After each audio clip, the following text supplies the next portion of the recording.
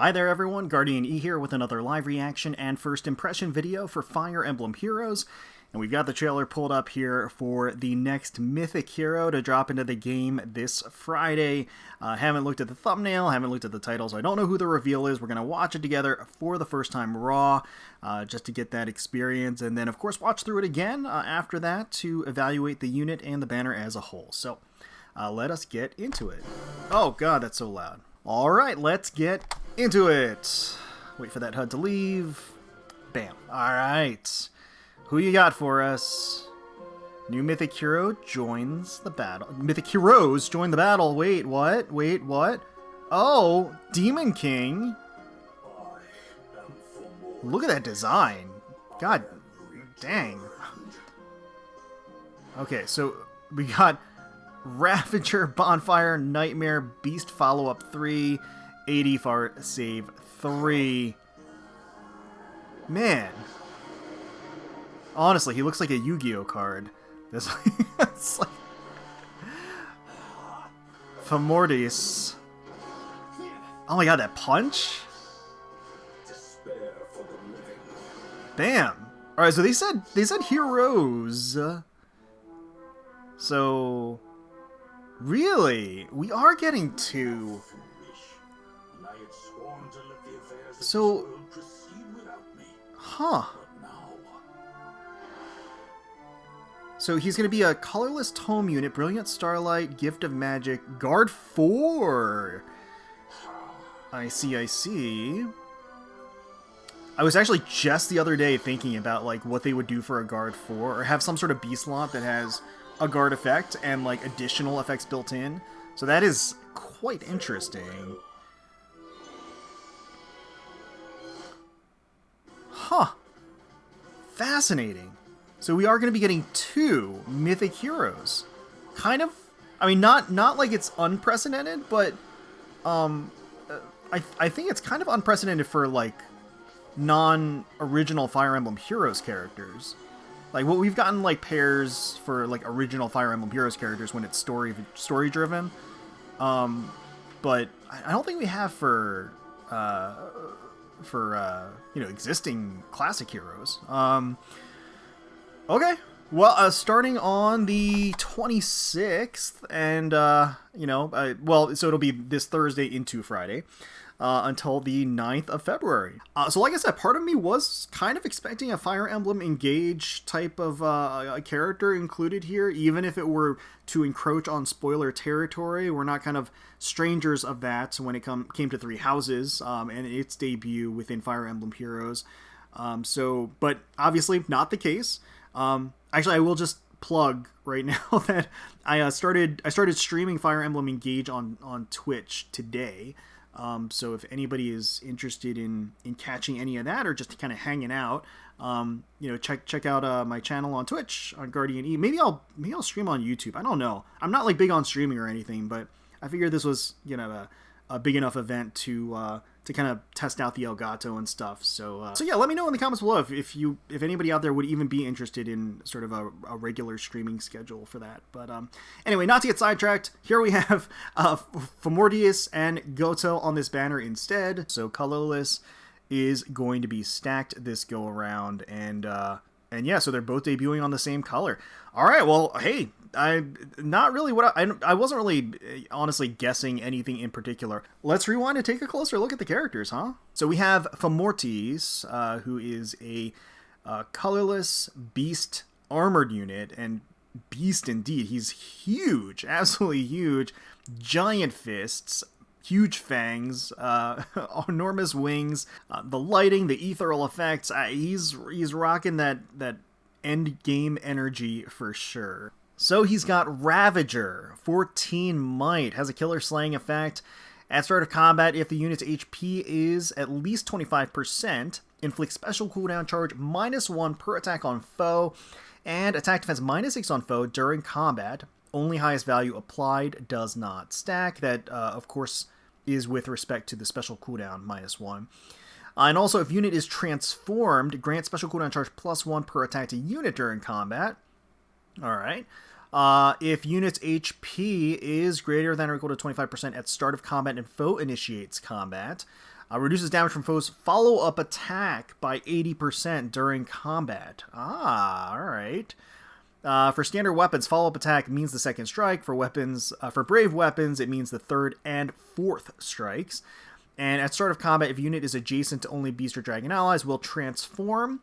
Grants attack +2 once transformed, and also if foe initiates combat, unit can counterattack regardless of foe's range. So gets distant counter as part of the transformation. Alright, so that's quite a powerful transformation effect. Okay, alright, all solid things. Nothing in there completely blowing me away, but he's got a lot of other stuff in terms of his kit, including his own unique A slot.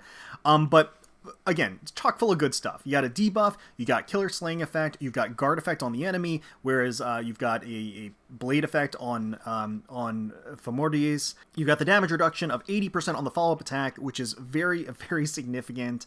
And then, of course, the transformation effect that also gives distant counter. Again, all really, really solid things. Nothing independently very, very unique or like blowing me away, but all the same, again, contributing to a very solid unit. Bonfire for the special, Nightmare for the A slot. If foe initiates combat or foe's HP is greater than or equal to 75% at start of combat, inflicts attack defense -10 on foe during combat and reduces damage from foe's first attack during combat by 30%. There it is. Okay. If foe initiates combat after combat, the closest foes within 4 spaces of target who have yet to act have their actions end immediately. Wow, okay, so I was just talking about how Ravager is not incredibly unique. Nightmare certainly is, so Nightmare brings the sauce. I mean, we've got that attack defense -10, that's a lot. That's an in-combat buff, which means, in-combat debuff, I should say, which again, are the hardest, buffs/debuffs to negate. And so that, I mean, that's always going to be solid, and it's very significant. It's going to have a huge effect in terms of his killing power as well as his ability to tank. And then, while he's enemy phasing, and there's a health condition. Either of those conditions can make that happen. And then the damage reduction of 30% for the first attack. So that means he enjoys 30% damage reduction for the first attack, 80% for the second attack. So, yeah.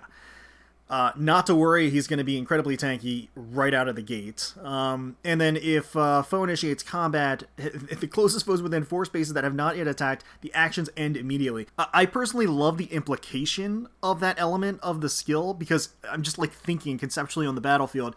It's like watching your ally attack into this giant beast and like fail scares you so much that you lose your action.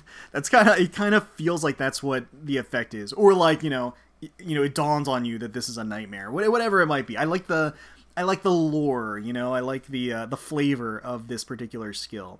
Beast follow-up 3 for the B slot, removes the condition to transform. Oh my god. And unit makes a guaranteed follow-up attack during combat. Come on, man. This skill is dumb. Are you kidding me? So, that's so good. That's such a good skill. That's ridiculous. Alright, so he's probably going to be min-maxed to all hell. Huge defenses, huge attack, I'm sure. Very, very tanky, hit like a truck, and minned on the speed so that he gets the guaranteed follow-up attack and doesn't have to worry about the speed stat. And then all that damage reduction. Oh, man. And then attack defense, far save 3. We all know and love, and by love I mean hate, the save skills. I'm personally not a fan, but they're still around, and it's going to be obviously hugely effective with him. He's going to swap in, get that additional damage and defense buff, and really just be a nightmare to take on, pun intended. So yeah, I mean, again, I was a little lukewarm after reading the weapon skill, just because it's good. It's all good stuff. But it's like halfway there to something stupid. And then you get into Nightmare and Beast Follow-Up 3, and then you're full-on stupid. So yeah, we've got a stupid character. He's got really good stuff. Very, very powerful. And for anybody that's sort of a Beast enthusiast, that Beast Follow-Up 3 is a really ridiculous skill. That's definitely going to be coveted for any Beast users out there. Next, we've got White Sage Gotoh as an infantry colorless tome unit. Is it just me, or are most colorless tomes infantry? I might be wrong about that, but it feels like that might be the case. Anyway, regardless, I like the design, the patchwork front. It kind of shines, almost like jewels, with the the actual like diamond shapes that are in front, and then he's got the big hat, the almost the bishop-like hat with the cloak, the full-on beard. I do enjoy the crackling energy and orb in his hand as he's getting ready for battle, and he does give off this sort of calm and pensive demeanor. So Brilliant Starlight is a 14 might weapon. Once again, it is a colorless tome, has a killer slaying effect. At start of turn, if the unit has at least 25% HP, grants defense res +6, and reduces damage from AoE specials by 80% to unit and allies within 2 spaces of unit for 1 turn. Okay, at start of combat, if unit's HP is greater than or equal to 25%, inflicts attack res -6 on foe during combat, neutralizes bonuses to foes' attack and res during combat, neutralizes effects that prevent units' counterattacks, and restores 7 HP to unit after combat. Again, that's sort of a medley of really nice stuff. What I will say is, right out of the gate, he's got some unique elements by having that AoE damage reduction. It is a very niche effect. It's very specialized because, of course, you basically have no effect whatsoever if you're not going to be engaging against enemy troops that have an AoE special. But the fact that he gives that to his allies within 2 spaces of him for himself for 1 turn is pretty interesting. We haven't seen that where that damage reduction effect is bestowed upon other units. So. And then separate and distinct from that, the entire second element of the weapon could be its own weapon effect. Like, as an island, that alone could be a weapon effect. I mean, having that HP condition, which is pretty easy to meet, and then getting the debuff on the enemy that's going to maximize his damage and reduce the amount of damage he takes, neutralizing any activated buffs on the enemy for the key stats, and then neutralizing the enemy's ability. So any sweep effects that the enemy has just neutralizes those out of the gate. That's quite good, and also pretty unique to have it built into the weapon, which I think is a very important element to this. And restore 7 HP to unit after combat. That's going to keep his health topped off to meet the HP condition, and also just maximize his sustainability. As well. Iceberg for the special. Gift of Magic for the A slot. So if unit initiates combat, or if foe's range is equal to 2, okay. Inflicts attack res -10 on foe during combat. Really, they're like... So ever since Alfred, they've been going up to the plus and -10 for buffs now. So that we're in the age of 10 at this point is the message that we're being relayed. And so... in line with that, we've got Gotoh with -10 to attack and res on foe during combat. Unit makes a guaranteed follow-up attack, and also if unit receives consecutive attacks, reduces damage from foe's second attack onward by 80%. If foe with range equal to 2 initiates combat and foe can make a follow-up attack, foe makes a follow-up attack before unit can counter-attack. I see. They're going to have a desperation effect attached to them, so that he is able to enjoy the 80% consecutive attack damage reduction. So that's obviously the Brave Ike effect that I don't think any other unit has had that since. I could be wrong. There may have been one at some point, maybe even through a refine or something that I forgot about. But really, it's the Brave Ike effect. It's where they have a consecutive attack damage reduction built in order to take most advantage of that damage reduction. Is going to actually force the double attack to attack twice in a row, so the enemy to get a desperation effect, so that they can fully enjoy the 80%. And then in turn, not only do they get to enjoy the damage reduction, they get additional charge to their special. So in the case of Gotoh, that's the Iceberg, which of course could be any other number of specials, but that is an interesting thing to get kind of pulled into the A slot there. Guard 4 for the B slot. At start of combat, if unit's HP is at least 25%, inflicts attack -4, and special cooldown charge -1 on foe per attack during combat, and reduces damage from foe's first attack during combat by 30%. Okay. Alright, getting some damage reduction built in, which I think is it's a very natural addition to the guard effect. Reducing the threshold for the HP to have that guard effect active. And then attack -4 as well, which just, again, increases the sustainability. It's definitely a big upgrade to Guard 3. I think it's definitely going to have some specialized uses, but certainly a lot more viable. Joint Distant Guard for the C slot, of course, as well. Grants defense res +4 to allies within 2 spaces against ranged units, and then if the unit Gotoh is within 2 allies of 2 spaces of an ally, he also gets the benefits of that defensive boost. Okay, so taking the kit in as a whole, Gotoh is similar to Fomortiis, is going to be an enemy phase defensive wall.